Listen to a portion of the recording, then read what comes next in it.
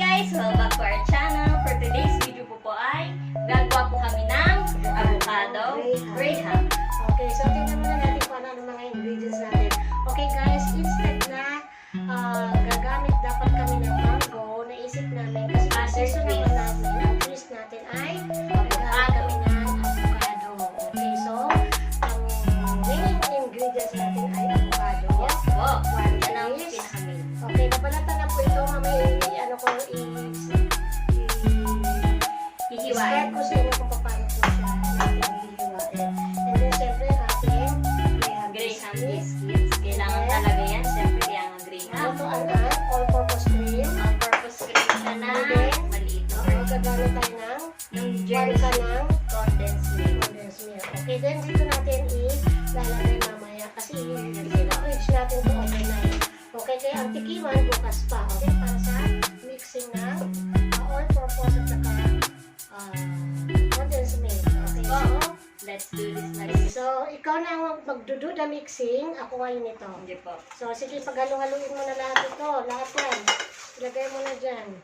So, guys, habang nagmi-mix siya ng mga liquid, okay, papakita ko sa inyo ang paghiwa ng avocado. Kailangan, kung ano yung ginagawa nyo sa mango na maninipis ang hiwa, ganun din dapat dito.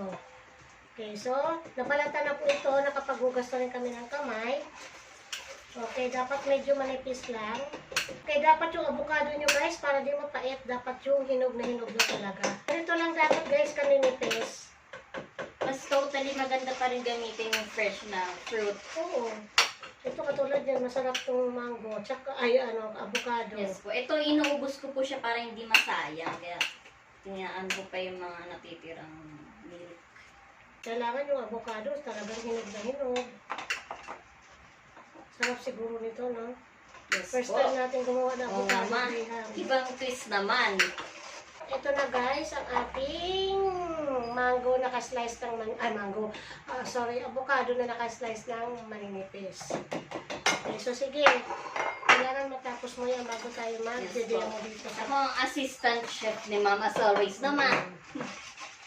So, ilagay na natin yung ating Ano naman po yan, ma'am? yung condensed milk. Nilipat ko lang dito, 1 can to. Okay. Ito kasi yung magpapakapit sa kanyang butter. Okay, so pakimix na lahat. Mix. Ako naman mag-mix. Pakidurog mo yung butter. Ako bahala. Chill lang sa pag-vlog.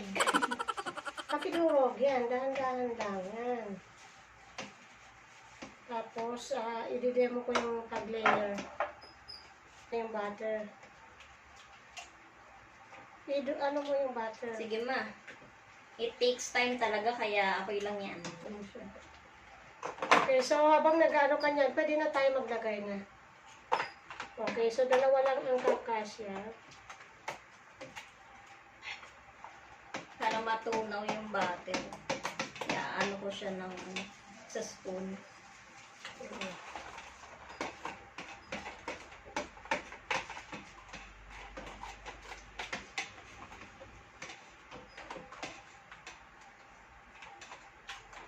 May nadudurog tayong graham biscuit.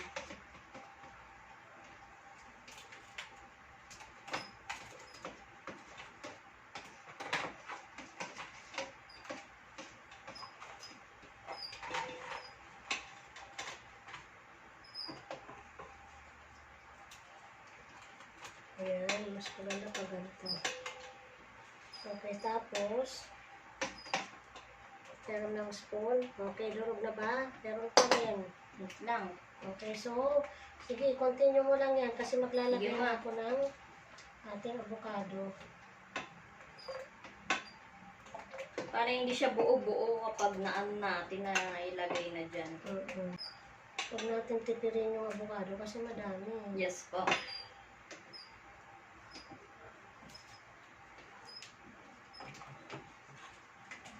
Okay, so ready na to. Okay, so lagyan. Papatungan na siya. Okay, lagyan mo na siya ng dala-dalawa lang ha. Lima. Himain mo. Ako na dito. Dalawang hiwa. Ayusin. Hindi, pag ano, ano, yan.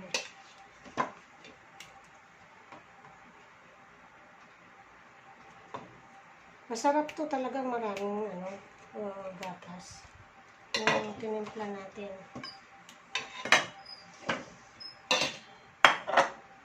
Okay, tapos maglalagay na tayo ulit. Kasya lang, hindi kasi kasya pagka ano eh, kaya dapat Sakto lang yung yan, pagkaano. oo. Yan. Okay, tapos maglalagay na naman ulit tayo ng panibago. Dapat sa ibabaw marami tayo mamaya, kaya magtira Sige, tayo. ma. Kaya alternate na muna. Yung maliliit lang muna yung kinukuha ko. Okay. Hatiin ko to. Para maliit naman yung...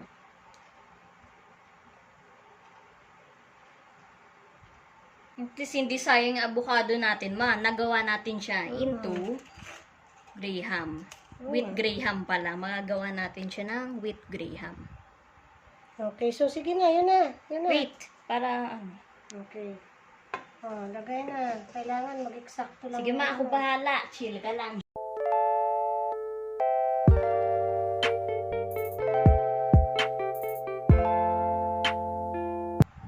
So, yung isa pa yan.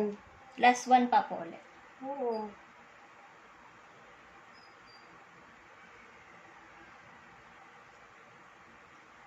Ayan, last na to sa akin kasi makapal na. O, tama na muna kasi last na to sa'yo. Sige, ma. Sa isa pang ano. Ayan. Ano kasi, o. Sige, lagyan mo na. Okay, so last na paglagay natin. Last ano na po, part na pagkagawa.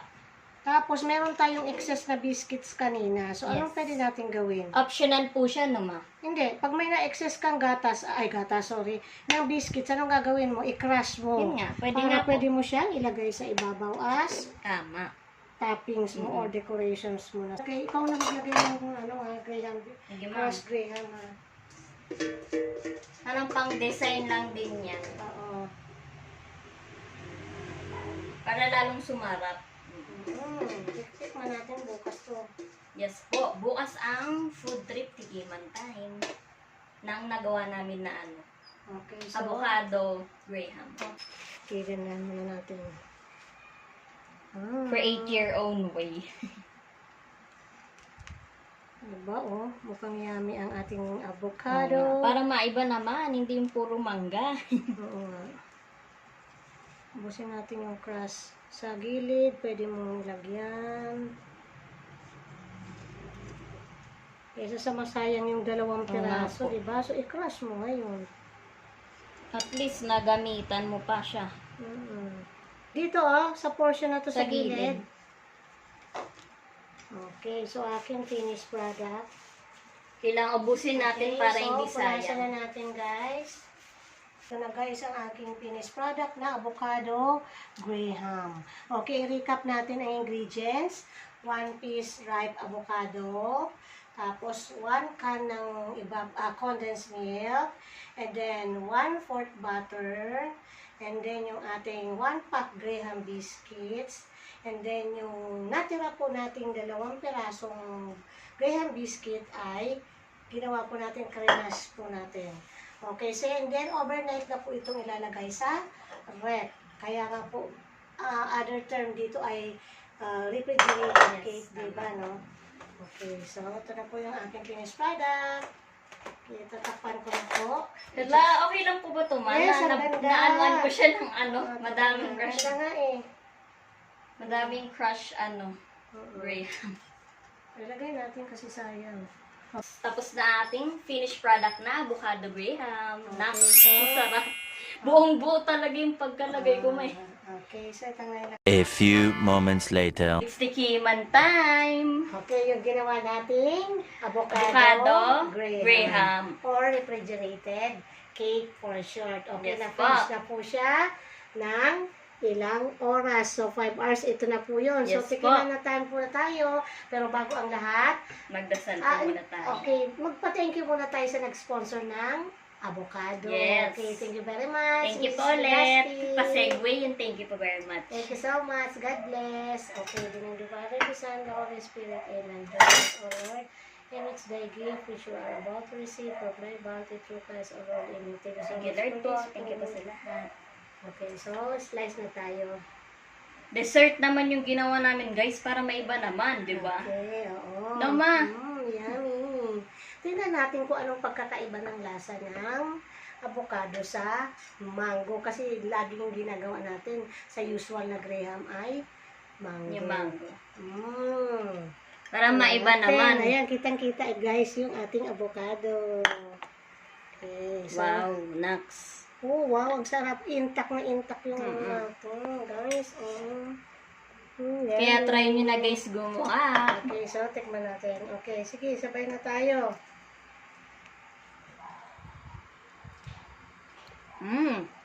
Ang sarap, kakaiba naman. Parang siya, Kakaibang lasa naman. Sarap. parang cake. No? Sa akin parang ice cream. Ang sarap. Sarap pala nung lasa ng avocado na ginagawin. Para maiba naman. Kailangan lang, guys, make it a point na yung avocado ninyo ay talagang hinog. Kasi kapag ka, hindi siya totally kasi minsan merong portion na ng avocado na hinog, tapos yung meron namang sa side na ay matigas. Eh, pag napasama po yung mapait, okay lang yung tamis na. Sarap. The best. Kitang-kita yung green. Sarap. Di naman na maalat eh. Kasi may milk siya. Paano magiging maalat ang avocado? Maalat mo mga avocado pag walang milk. Kaya nga maganda pag ginigraham siya eh. Pero ang sarap to. Okay lang yung tamis, katamtaman lang. Tama. A few moments Thank you for later. watching po. Please like and subscribe and turn on the notification bell. See you in our next vlog. Gumawa na po kayo ng avocado graham. Manood po kayo ng aming vlog. Sarap? Thank you po. Yummy! Lasang-lasang avocado. Ang sarap. God bless. Wear your face mask and face shield. And Stay safe. social distancing. At magdasal lagi.